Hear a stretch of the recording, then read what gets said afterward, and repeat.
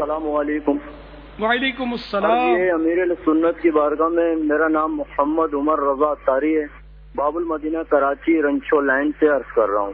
امیر سنت کی بارگاہ میں عرض ہے کہ جب کبھی نعت وغیرہ چل رہی ہوتی ہے یا کوئی بیان چل رہا ہوتا ہے، خوف خدا کی وجہ سے آنسو جو نکلتے ہیں اور اس دوران وہ آنسو ہونٹوں پر آ جاتے ہیں، یعنی منہ میں چلے جاتے ہیں، تو اس کا ذائقہ منہ میں محسوس ہوتا ہے، تو کیا اس صورت میں روزہ ٹوٹ جائے گا؟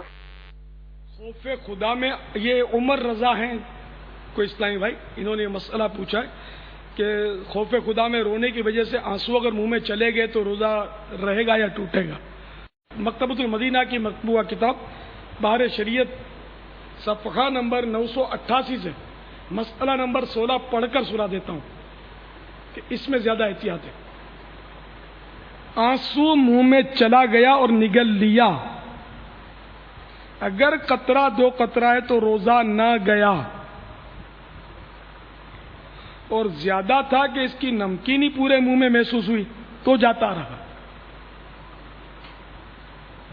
پسینے کا بھی یہی حکم ہے۔